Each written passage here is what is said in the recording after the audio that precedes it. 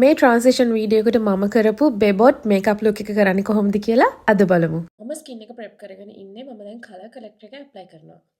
මේ ට්‍රෙන්ඩ් එකේදී ගොඩක්ම කරන්නේ අර 2000 ගණන් වල මුලම කරපු මේකප් ලුක්ස් රීක්‍රියේට් කරන එක. ගොඩක් වෙලාවට මේ මේකප් ලුක් එකට මැට් ෆවුන්ඩේෂන් එකක් තමයි ඕනි. ඒ නිසා මම මේ ELF එකේ ෆවුන්ඩේෂන් එක යූස් කරනවා. ඊට පස්සේ මම මගේ කන්සීලර් එක ඇප්ලයි කරනවා.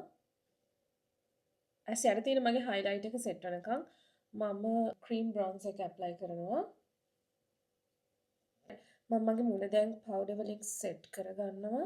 මේකෙදි ගොඩක්ම බ්ලෂ් ලුක් එකක් නැහැ මට හිතෙන විදිහට. ගොඩක්ම තියෙන්නේ අර බ්‍රොන්සර්, බ්‍රවුන් කලර් ටිකක්, ඊළඟට ෂිමර් කලර්ස් අයිලිඩ්ස් වල ඒ වගේ ලුක් එකක් තමයි මේකේ ගොඩක්ම තියෙන්නේ. ඉතින් මට ගොඩක්ම ඉන්ස්පයර් වුණේ මෙන්න මේ රිනෝෂිකාගේ ෆොටෝ එක.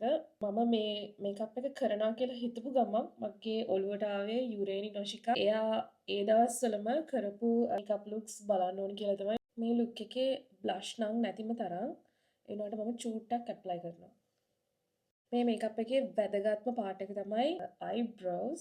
මේ ලුක් එකට ඕනි අර හීනියට අඳින අයිබ්‍රෝස්. මගේ අයිබ්‍රෝ එක හීනියට මට දැන් ප්ලක් කරන්න බැරි නිසා මම අයිබ්‍රෝ එකේ යට ටික කන්සීල් කරනවා. මම හිතන්නේ දැන් ලොකු වෙනසක් තියෙන අයිබ්‍රෝස් දෙකේ මේක හීනි. අපි දැන් අයි මේකප් එක කරමු. මම ෂැම්පේන් කලර් එකක් වගේ අරගෙන මගේ අයිලිඩ් එකේ ඇප්ලයි කරනවා. මම අයිලයිනර් එකක් ඇඳලා මට හිතෙන්නේ ඒ දවස්වල මේ වගේ අර කොට අයිලයිනර්ස් තමයි ගොඩක්ම ඇන්දේ. මම මගේ අපර් වෝටර් ලයින් එක ලයින් කරගන්නවා. මේ පල්ලෙහා වෝටර් ලයින් එක නම් මස්ට් එකක් විදිහට මට හිතෙන්නේ. අනිවාර්යයෙන්ම ඒක කරන්න ඕනේ මේ ලුක් එක ගන්න. මම දැන් ලිප්ස් ලයින් කරගන්නවා. මේ පල්ලෙහා ලිප් එක ඕවර්ලයින් කරා. මට හිතෙන්නේ ඒ දවස්වල ලිප්ස් ඕවර්ලයින් කරේ නැද්ද කොහෙද? එහෙනම් මම ඒක චුට්ටක් ආපහු වෙනස් කරනවා. මං ගාව ඒ දවස්වල අර යූස් කරපු වගේ නිකන් ග්ලිටර් වගේ ලිප්ස්ටික්ස් නැහැ ඇත්තටම.